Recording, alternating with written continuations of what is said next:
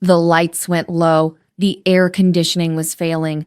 300 people were pressed together in the grand ballroom of the Peninsula Hotel.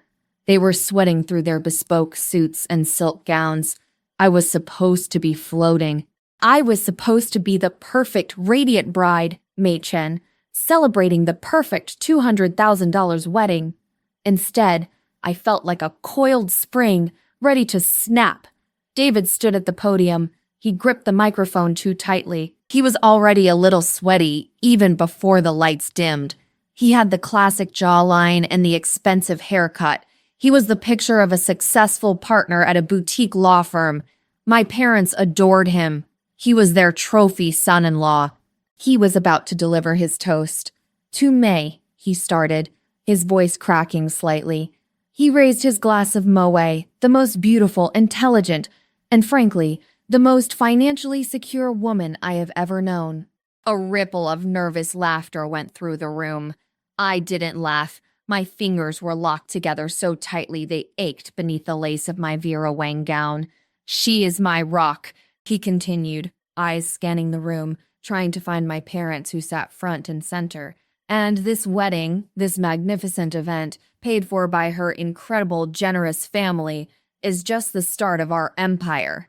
He took a long, exaggerated sip of champagne. My brother Kevin was sitting at the tech table near the back wall, pretending to adjust the uplighting. I gave him a tiny, imperceptible nod. The signal was given. The enormous 20-foot LED screens on either side of the stage, which moments before had displayed an endless loop of our romantic engagement photos, us laughing on a sailboat, us holding hands in Paris, flickered. The laughing photos disappeared, replaced by a deep black screen with a single line of white text, playback commencing. David paused, mid-sentence, the glass still halfway to his lips. "What is that?" he muttered into the mic, confused. The sound man, who was actually my second cousin, was already gone. "Just a surprise, darling," I said, my voice sweet, loud, and carrying perfectly over the microphone I had discreetly clipped onto my dress hours ago. The guests went silent. You could hear the ice melting in the water glasses. My mother's face was a mask of rigid horror. A video started playing.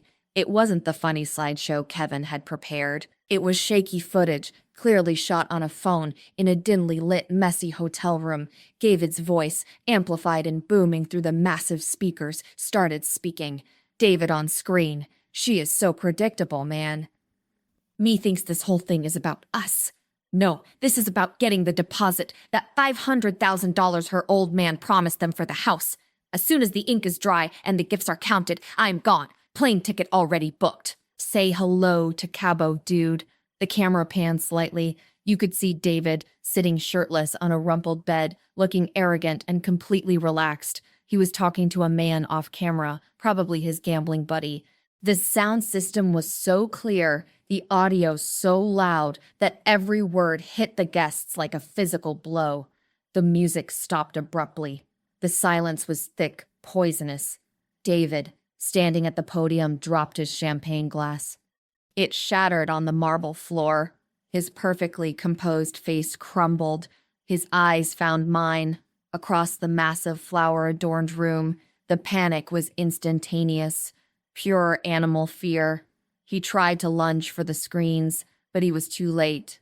My father, who had known the plan for 48 hours, placed a calm, steady hand on David's shoulder.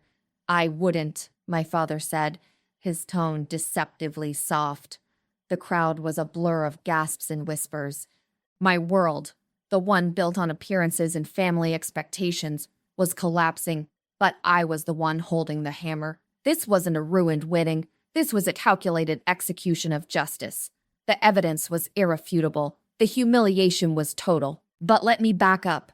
To understand this moment, you need to understand Mei Chen, the woman who would rather burn down her own wedding than be played for a fool. You need to know how the perfect fiancé became the perfect target. I was the daughter of immigrants who had made it big. My father built a regional supply chain empire from nothing. My mother managed the brand, the social image, the dynasty. Their expectation for me wasn't success, it was perfection. I had to be a top student, a dedicated corporate lawyer at an elite firm, and eventually, I had to marry a man who amplified the family's standing. Anything less was an embarrassment. That pressure was a physical weight on my chest for 30 years. I drove myself relentlessly. I had the corner office, the six-figure salary, the black card, but I didn't have the thing my mother truly wanted: a trophy husband. A white, Ivy League professional man who looked good in a tux. Then I met David. He was exactly what the brochure promised: tall, blonde, articulate, and a rising star in real estate law. We met at a charity gala I absolutely hated, but was forced to attend. David zeroed in on me immediately. He didn't talk about my work. He talked about my ambition. He mirrored my language. He talked about synergy and legacy. My parents were instantly captivated. My mother invited him to dinner a week later. She cooked the elaborate feast. She pulled out the Ming Dynasty vase. She essentially conducted an interrogation. David passed with flying colors. He knew the right wine. He praised my father's vision. He talked about settling down in a $3 million home in the suburbs, right next to the golf course. He proposed 9 months later. It was everything Mom wanted: a ring that blinded bystanders, a helicopter ride over Manhattan, a photo op that ended up in Town and Country. I accepted because it felt like checking the final, most difficult box on my life's checklist. My parents immediately offered to pay for everything. They didn't just offer, they commanded. The wedding budget ballooned past $200,000 almost instantly.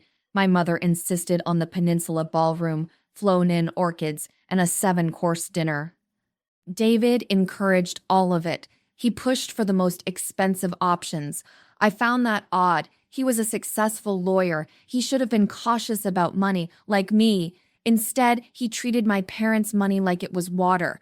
The first major red flag was the house deposit. My parents had promised us $500,000 cash for a down payment on a new home. It was a massive, generous gift, their way of ensuring the future was secure. I had planned to put the money directly into a joint escrow account that I controlled, just until we found the perfect property. Standard procedure. David hit the roof.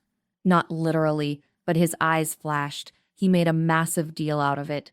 "No, May, that's incredibly rude," he snapped one evening, after 2 glasses of expensive scotch. "It's a gift. It should be deposited directly into our checking account. Escrow is for lawyers, not for lovers. It shows distrust." "It shows financial prudence, David," I countered, the corporate lawyer in me bristling. "It's $500,000. It sits in a high-interest savings account until we close. Why does it matter where it is held for a few weeks?" He backed down instantly, flashing that dazzling, insincere smile. "You're right, May. I just hate how your family makes everything feel like a negotiation. I want to feel like we're partners, not clients." I let it go. I told myself he was sensitive. He wanted independence from my family's financial reach. That made sense. My parents were controlling. That $500,000 deposit became the silent, massive elephant in the room. He kept bringing it up, always casually, always asking if the check was ready to clear right after the wedding ceremony. He was obsessed with the timing. I chalked it up to wedding stress. I was wrong. I was so profoundly wrong. His obsession wasn't about partnership. It was about the exit strategy. He wasn't marrying me. He was marrying my father's bank account. The deeper we got into the planning, the more I saw cracks. They weren't just cracks. They were canyons. I kept trying to fill with silk and orchids. David always seemed to be living on the edge of his means, even though he claimed partner status. His firm was always slow to pay, or he had major tax issues. Excuses, all of them. He hated paying for anything. If we went out, I paid. He insisted on using my AMX Black Card for the deposits on the catering, the DJ, the flowers. He said it was for points, synergy. I rationalized it. I earned more. My cards had better limits. But my wallet felt lighter, and his always seemed to stay mysteriously full. Then there was the gambling. It started small. A trip to Atlantic City with his college buddies. He came back broke and moody, claiming his wallet was stolen. I paid the hotel bill he swore he had settled. Then the subtle request started.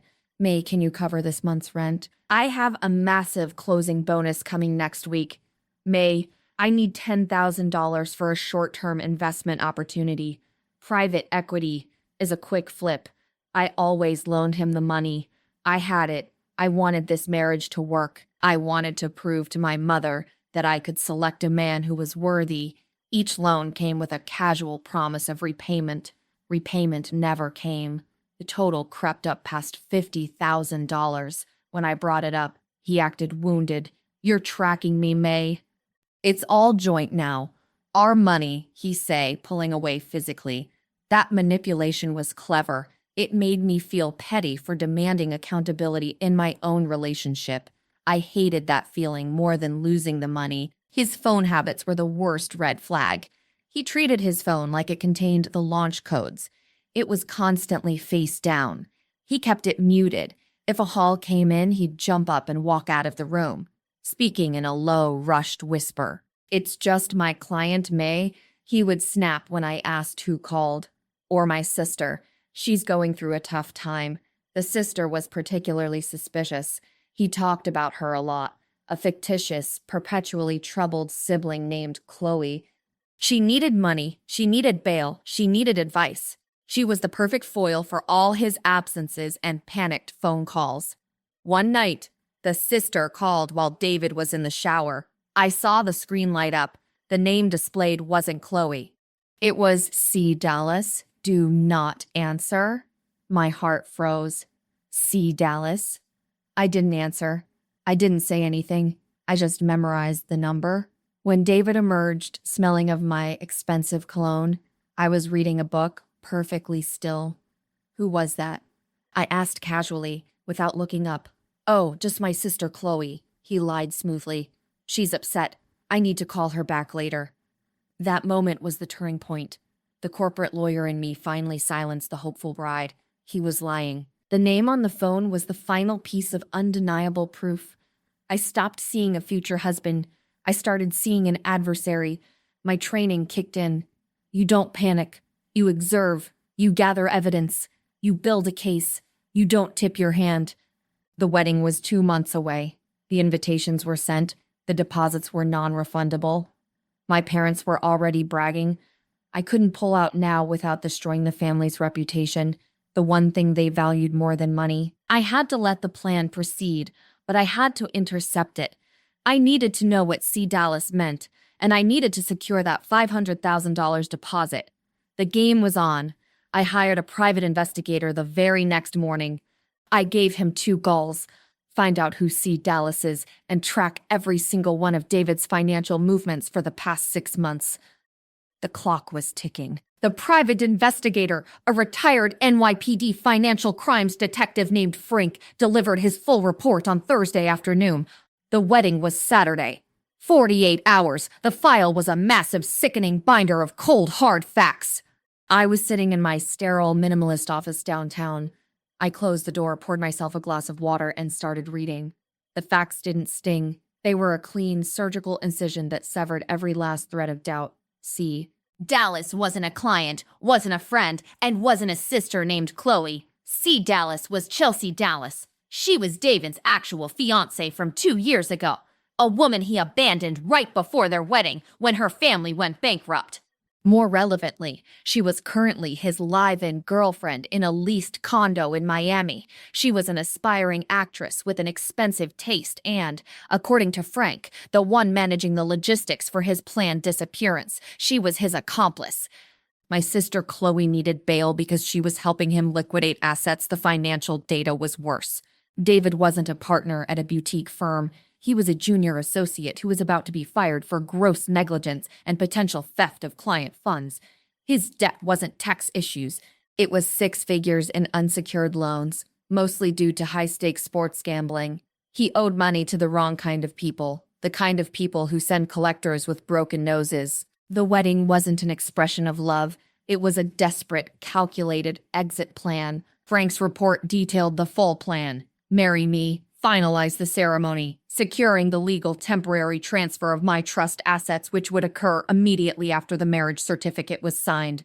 Deposit the $500,000. Get my parents to hand over the $500,000 house deposit check. The escape. Take the 8 a.m. flight to Cancun on Sunday morning with Chelsea, using the $500,000 cash and the $150,000 in cash gifts, which he had insisted on collecting and counting himself. I sat there, looking at the black and white proof of betrayal, a photo of David and Chelsea laughing on a boat in Biscayne Bay, taken last week. She was wearing the exact emerald necklace I had bought him for Christmas. It wasn't the pain of being cheated on that hit me. It was the sheer, breathtaking arrogance of his deception. He saw me, a highly intelligent, successful woman, as nothing more than a convenient, walking ATM. My whole life, defined by my parents' pursuit of perfection, was about to culminate in the ultimate public failure. This was my breaking point. I could take the loss, pay the non-refundable fees, and let my parents deal with the shame. But David would walk away clean. He would take his few possessions and my $50,000 in loans and disappear with Chelsea and the necklace. He would keep scamming. That was unacceptable. The shame of canceling was temporary. The shame of being publicly swindled by a third-rate gambler was eternal.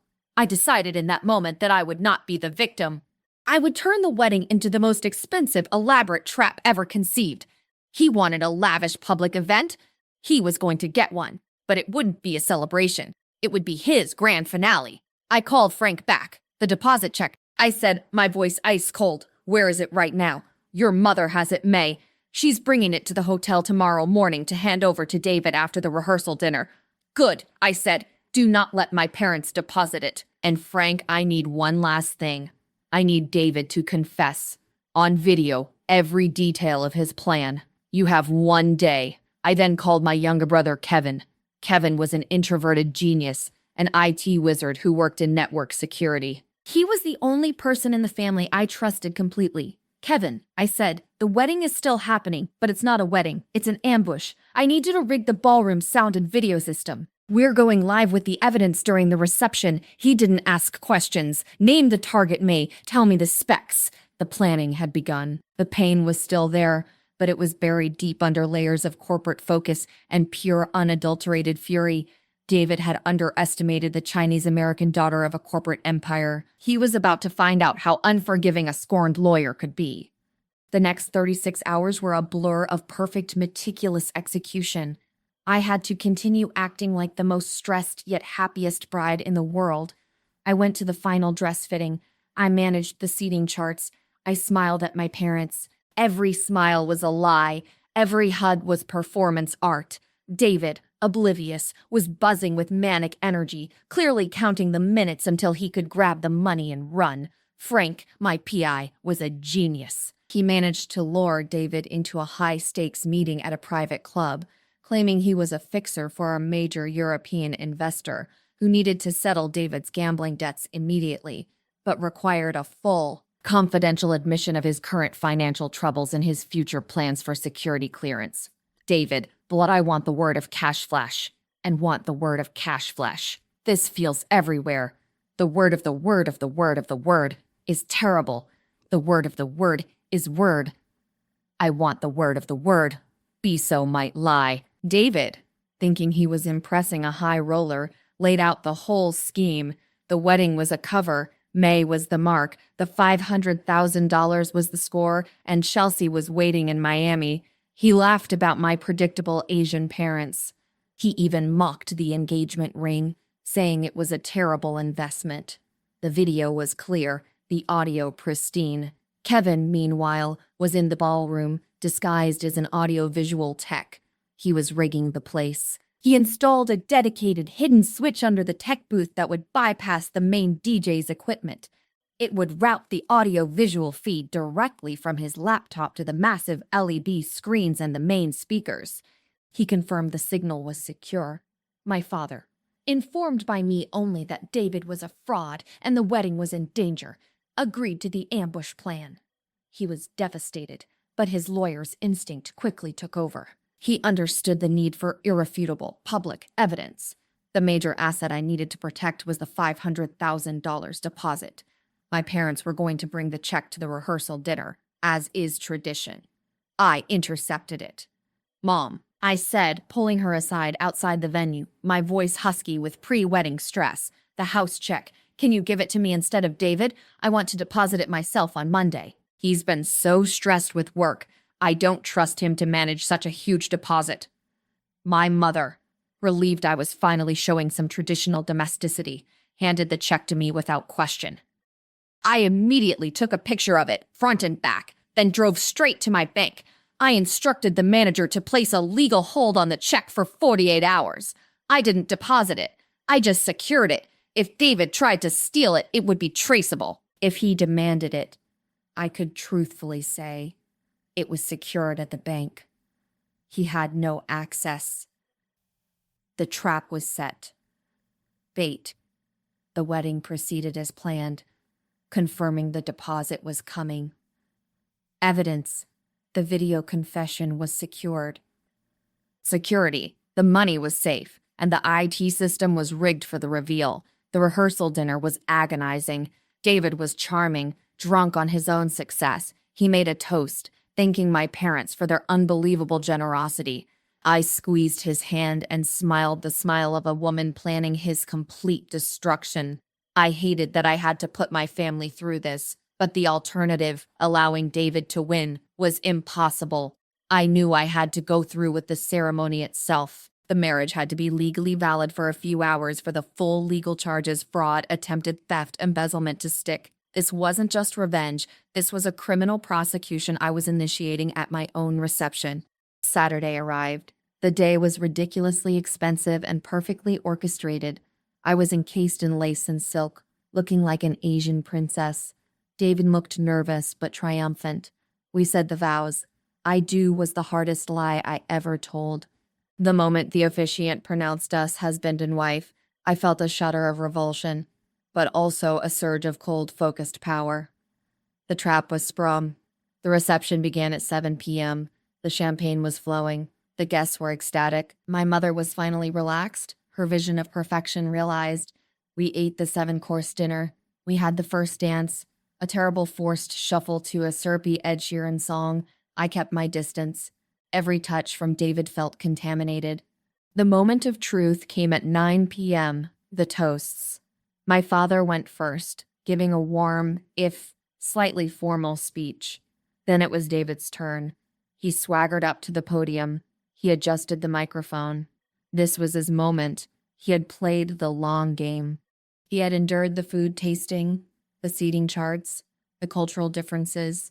Now, he was ready to cash out. He started the toast exactly where I left off in the hook. The lines about my family's generosity, the crack about my financial security. That was my cue. I activated the lapel mic I had hidden beneath my veil. "Just a surprise, darling," I said, my voice echoing David's earlier confusion. Kevin hit the button. The lights dimmed. The screens flashed the white text, "Playback commencing." The chaos was immediate and visceral. The entire ballroom, filled with corporate executives, society matrons, and my entire extended family, went dead silent. David's eyes bulged. He stared at the screens, seeing himself, shirtless, bragging about his scam. The audio was crystal clear. David on screen. The old man thinks he's setting up his perfect Chinese dynasty. No, he's financing my new life. $500,000 for doing 2 hours in a church. Easiest score ever, dude. May is too busy being a lawyer to realize she's the dumbest client I've ever had. The last line was a masterstroke of betrayal. My mother gasped, a sharp, choked sound. David moved. He was pure, panicked reflex. He didn't try to shut off the screens. He lunged for Kevin at the tech table. He was going to silence the witness, the source. My father, who had been waiting for this exact moment, stood up. He was not a big man, but he commanded respect. As David charged past our table, Father stuck his foot out. David, in his custom Tom Ford tuxedo, tripped, sprawling face first into the massive tiered wedding cake. I watched the perfectly sculpted frosting shatter against his cheek. It was immensely satisfying. My father spoke into the abandoned podium microphone. His voice was calm, powerful, and utterly devoid of emotion. "Guests, Please remain seated. David, that is not your sister, Chloe. That is Chelsea Dallas, and that is not acting. That is a confession to a crime. The noise level spiked as people tried to rush forward. The chaos was controlled by another element I had prepared: security. 4 men, who looked exactly like off-duty police officers because they were, working for Frank's agency, materialized instantly. They had been posing as generic hotel security near the service entrance. They moved quickly, efficiently. 2 of them secured David, who was struggling, cake frosting dripping from his suit jacket. 2 others secured Chelsea Dallas, who had been sitting quietly at the friend's table, planning to slip away. She was suddenly pinned by her arms. "You can't do this," David screamed, his voice strained and high. "This is libel. She's my wife." I stood up, walked to the podium, past my father, and picked up the microphone. My dress was perfect. My composure was total. "I am Mei Chen," I stated into the mic, my voice steady, "and I have retained the best criminal defense attorney in the state of New York, who will now handle my husband's immediate arrest and prosecution." I nodded toward the double doors. 2 uniformed NYPD officers walked in, Frank leading them. They weren't there for show. They were there with a warrant. They read David his rights right there in the middle of the ballroom, surrounded by $10,000 worth of orchids.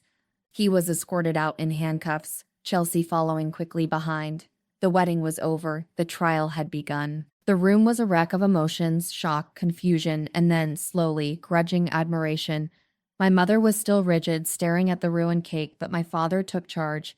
He saved the family name. He returned to the podium. "Family and friends," he announced, his voice carrying the full weight of a CEO addressing a crisis. "This was a difficult day, but one of great integrity. My daughter exposed the criminal and protected our assets. The wedding is annulled. The party, however, is not." He then did the most unexpected thing. He signaled the band. The music immediately changed from light jazz to powerful, driving rock. "We have the best food, the best wine, and the best company. We celebrate May's judgment, courage, and future. Enjoy the party." And they did. The remaining 298 guests, suddenly relieved of the tension, began to celebrate the takedown instead of the marriage. It was the most bizarrely successful reception in history. My friends toasted my courage. My father beamed. My mother even managed a thin, proud smile. The narrative was flipped. Mei Chen wasn't the fool. She was the hero who caught the scammer. The consequences for David were swift and total. He was charged with attempted grand larceny, wire fraud, and multiple counts of fraud based on the evidence Frank provided. The video confession was the nail in his coffin. He lost his license to practice law immediately. Given his extensive gambling debts, he had no defense attorney willing to touch the case without cash up front. He ended up with a public defender and a lot of time. His career was over before it began. He was eventually sentenced to 4 years in a federal prison. Chelsea Dallas was charged as an accomplice. She tried to claim she was also a victim, but text messages and banking records proved she was an active participant in the escape plan. She received probation, but her reputation was destroyed. She vanished from the city. My marriage was annulled 3 weeks later. It legally never happened. My parents were fully supportive. The money, the $500,000 house deposit, was returned to their safe account. I used the money to start a new private equity fund with my father, focusing on ethical investments. I used the experience to transition from corporate law to financial security. I learned the best lesson: never confuse presentation with character. The dress? I kept it. I took it home, cut it up, and donated the lace to a charity that repurposes materials for sick children's blankets. It was a spectacular, beautiful gown. It was a beautiful lie, but I was the one who got to decide how the story ended. I got my perfection. After all, I got the perfect, clean, total victory. I never regretted the mess. I regretted the 5 years I wasted trying to be the perfect, obedient daughter. The embarrassment was temporary. The justice was permanent. My name, Mei Chen, wasn't associated with being a victim. It was associated with being untouchable. I wouldn't have it any other way.